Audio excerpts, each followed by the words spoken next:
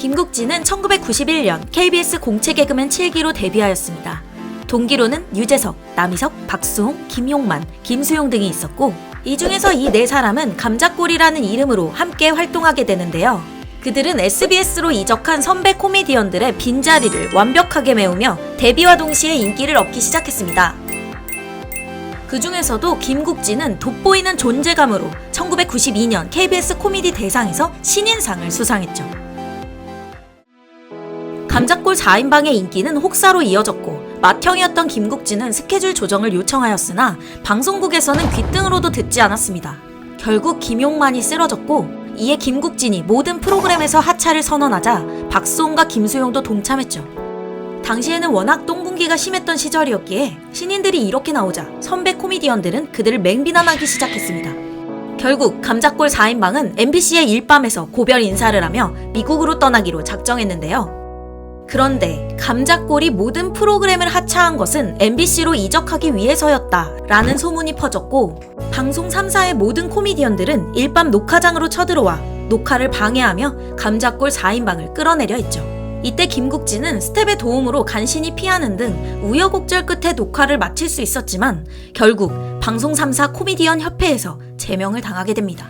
참고로 이때 유일하게 감자골의 편에 섰던 대선배 이마룡은 얘네들이 어린 아이들도 아니고 나름대로 이유가 있어서 그런 것일 텐데 왜 우리 동료들이 같은 목소리를 내주지는 못할 망정 싹도 안 자란 아이들을 영구 제명시키냐면서 끝까지 감자골을 옹호해 주었다고 합니다. 감자골 사태 후 1년 만에 미국에서 돌아온 김국진은 1990년대 후반 그 누구도 범접할 수 없는 인기를 누렸습니다. 그 인기가 어느 정도 수준이었냐면 당시 대한민국 방송계를 움직이는 사람이 4명 있었다고 하는데 그 4명은 KBS 사장, MBC 사장, SBS 사장, 그리고 김국진이었다고 하죠. 또한 광복 50년 최고의 연예인에 2위가 가수 조용필, 1위가 김국진이었고 게다가 20세기 최고의 코미디언에도 김국진이 선정되었습니다. 뿐만 아니라 2001년에는 잘생긴 아이돌도 아닌 개그맨이 수목 미니 시리즈 주연을 맡았을 정도로 김국진의 인기는 하늘을 치솟았습니다. 이는 단기 임팩트로는 최전성기의 유재석보다 훨씬 더 많은 인기였고 김국진이란 캐릭터 자체에 남녀노소 가릴 것 없이 전 국민이 빠져있던 시절이었죠. 엄청났던 김국진의 인기는 그가 하는 말을 모두 유행어로 만들어버렸습니다. 내가 예전에 뭔 말만 하면 유행어가 됐다는 말이 다소 가장 같아 보였지만 실제로 그랬었죠. 사랑해요. 그러니까 그 다음 사랑해요. 사랑해요. 여보세요? 김국진입니다. 여보세요? 오마이갓. 밤새지 마라 말이야. 밤새지 마라 말이야. 벌써 새다 말이야. 해 떴다. 밤새지 마라 말이야. 나 소화 다 됐어요. 나 소화 다 됐어요. 김국진의 이름과 캐릭터를 그대로 사용한 국진이빵은 IMF 시절 도산위기에 있던 한 기업을 살려내기까지 했는데요. 이 빵은 하루에 60에서 70만 개가 판매되었고 월 매출액이 40억 정도였다고 합니다. 이는 2014년 허니버터칩의 3개월 매출이 50억이었던 것을 감안하면 엄청난 수치였죠. 게다가 김국진은 어려운 기업 사정을 감안해 개런티도 전혀 받지 않았다고 합니다. 최전성기의 김국진은 일주일에 1억씩 벌었을 정도로 눈코 뜰 새 없이 바빴고 하루에 2시간만 자면서 몇 년 동안 스케줄을 소화해냈다고 합니다. 하지만 김국진은 1999년 갑자기 방송을 그만두고 1년 가까이 휴식을 취했는데요. 세간에는 골프 때문에 방송을 그만뒀다는 말이 돌았지만 사실 그가 방송을 그만뒀던 것은 이런 이유 때문이었다고 합니다. 내가 거기서 방송을 계속 하다가는 내가 이때까지 모은 돈은 다 치료비로 들어갈 수 있겠다라는 생각을 제가 했습니다. 절 이렇게 세워서 말 한마디만 해주세요. 네, 오마이갓. 말 한마디만 해주세요. 네, 오마이갓. 그리고 쓰러지고. 3일 동안 뭐 1분도 안 쉬고 제가 촬영을 했으니까요. 제가 그 골프 치려고 방송을 중단하는지 알죠? 아니에요.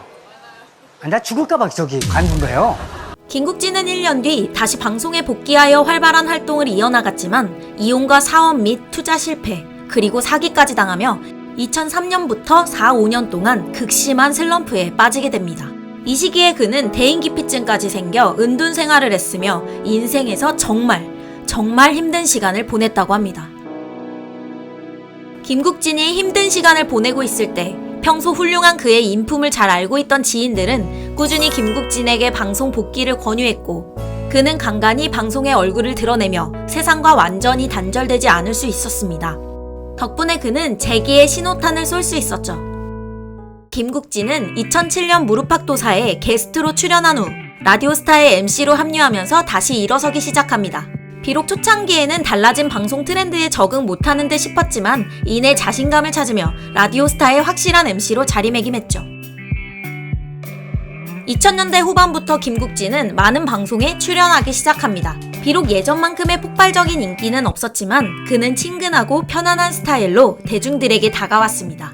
특히 라디오스타에서 그는 13년이 넘는 시간 동안 굳건하게 자리를 지켰고, 이외에도 여러 방송사의 수많은 프로그램에서 지금까지 오랫동안 사랑을 받고 있죠. 야, 김국진과 강수지. 네. 어울리지 않습니까? 2015년 SBS의 불타는 청춘은 김국진과 강수지에게 치와와 커플이라는 별칭을 안기며 두 사람 사이에 얽혀있던 인연의 끈을 풀어주었습니다. 사실 강수지는 90년대 자신의 전성기 시절 콘서트에 꼭 김국진을 초대했고, 김국진은 바쁜 와중에도 꼭 강수지의 공연만큼은 보러 갔었다고 하는데요. 그렇게 오랜 시간을 돌고 돌아 마침내 2018년 5월 두 사람은 부부가 되었습니다. 국진이 빵 출시 당시 회사 사정이 어렵다는 이야기를 듣고 개런티 한 푼 받지 않은 것만 봐도 평소 그가 어떤 삶을 살아왔을지 상상이 되는데요. 항상 남을 먼저 생각하고 챙겨주기로 유명했던 김국진은 여러 방송에서 이런 미담들이 쏟아졌죠. 김국진 선배 진짜 멋있었어. 지방에 행사 갔었는데요. 너네는 이 행사를 돈을 받고 오니? 그러더라고요. 그래서 그 무대 경험 쌓으라고 하시던데 그런 게 어딨냐. 니들도 개그맨인데 행사비를 받아야지 그러는 거예요. 그래서 똑같이 나눴어요. 그 행사비를 저에게 주셨어요. 나눴어요? 네. 방송을 그만두려고 했었거든요. 저한테 갑자기 느닷없이 찾아와서 3천만 원을 그냥 저를 줬어요. 이거 돈을 떠나서 이러한 개념, 그러한 개념, 자잘한 개념 이런 것들을 갖다가 우리가 흔히 생각하는 거랑 좀 다르게, 차원이 다르게 생각하는 분이에요. 해가지고. 혼자 다녔다 그랬잖아요. 근데 오빠가 촬영장에 가면 항상 차에 태워주시고 새벽에 끝나면 근데도 매니저분하고 집까지 태워다주고 그때 오빠가 근데 제일 바쁠 때였어요. 제일 많이 바쁠 인기가 때였지, 그때. 정말 너무 많아갖고 잠을 전혀 못 잘 때인데 이동하고 안 그러면 그 이제 버스 타고 다 이렇게 함께 하다 보면 또 촬영할 때 힘들고 그러니까 야 그건 내가 결혼할 때 제가 좀 어려웠죠. 상황 때. 근데 신혼여행 어디 갈 거야? 그래서 내가 보내줄게. 아무리 친하다고 해서 누가 신혼여행 그 경비를. 제가 진짜 잘 되면 갚아야 할 대상 영순위로 김국진 씨. 이상 인물이 궁금할 땐 누구였습니다. 구독과 좋아요는 다음 영상 제작에 큰 힘이 됩니다. 감사합니다.